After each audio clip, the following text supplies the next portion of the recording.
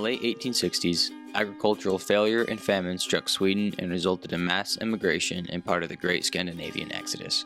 Due to poor agricultural production, overpopulation, as well as political unrest, the Per August Malm Immigration Party, which was composed of the Malms and a few other families from their hometown, Svartorp, chose to search for opportunities abroad in 1888. These economic and political struggles hindered a tremendous amount of Swedish families, and between 1880 and 1920, Sweden saw 1.3 million people, approximately 25% of their population, leave for the United States.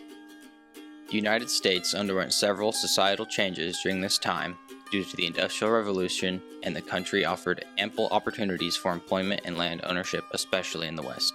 The mass immigration of Swedish families to the Midwest allowed for the establishment of close-knit communities that allowed families, like Malms, to feel a sense of familiarity and attend schools and churches that preserve their culture, language, and traditions. Gustav Nathaniel Malm was born January 20, 1869, to Per August and Matilda Malm in the parish of Svartorp in Jönköping län, Småland, Sweden. They lived in a picturesque countryside family farm called Hildegard, where Malm, along with his 6 other siblings, assisted their parents in maintaining a lifestyle of growing their own food and manufacturing their own essentials like clothing and candles. Like many other Swedish families, the economic hardships and lack of economic prosperity took a toll on the daily lives of the Malm family. Especially in rural parts of Sweden like Svartorp, poverty-stricken families could neither afford nor access everyday necessities. Swedish families, like Malms, routinely made their own food, spun their own yarn for clothing, used local timber to build their own houses, used animal fats to make their own soap, relied on home remedies and herbal treatments for illnesses, and used tallow to make their own candles as their only light source. Constantly having to produce everyday necessities and living in fear that crops will fail made life extremely difficult for the Malm family.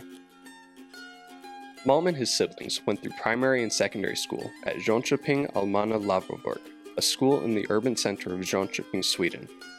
Sweden's Elementary School Act of 1842 mandated the establishment of primary schools in each locality of Sweden, which made education more accessible for children in rural areas. Although the Malm family continuously dealt with the ups and downs of social and economic opportunities, they were still better off than many other rural families at the time and could afford to put their children through more comprehensive learning in an urban center. Education at this time was heavily influenced by the Church of Sweden, and many of the teachings focused on religious lessons from the Bible and the Catechism. G.N. Malm studied Latin, German, French, Swedish history, mathematics, writing, music, gymnastics, and the religious teachings from the Bible. Malm attended this school until he was 15 years old, when he then decided to spend the next years helping his family in Svartorp.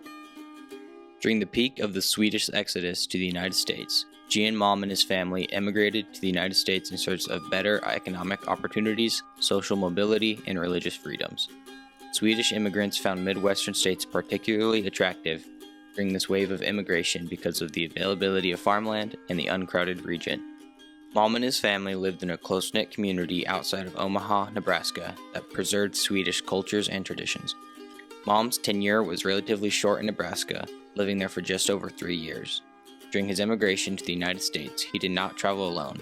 Among others, he was traveling with Josephine and Matilda, who he had known in Sweden. The two made a plan to live a freer life together in America and got married on January 3, 1893. Josephine Matilda was an immigrant also from southern Sweden who was born on February 8, 1869. Malm and his wife would have a child, Viola Malm, in 1893. Following their marriage and the birth of their child, Malm and his family moved to Lindsborg, Kansas, another close-knit Swedish community in the Midwest. Due to his background and expertise in painting, he had no problem finding a job to support his new family. He soon found himself fully occupied in several painting jobs, but the redecoration of the chapel in Old Main at Bethany College held special importance.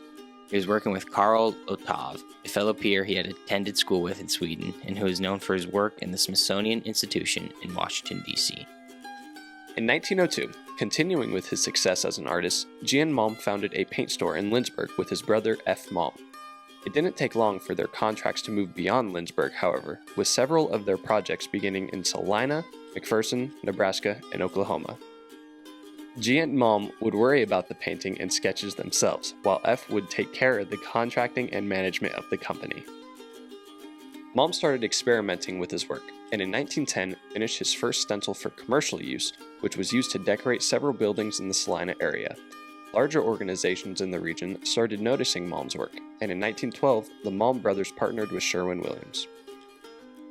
Malm passed away in 1928, leaving behind an everlasting legacy for the communities that display his work even to this day.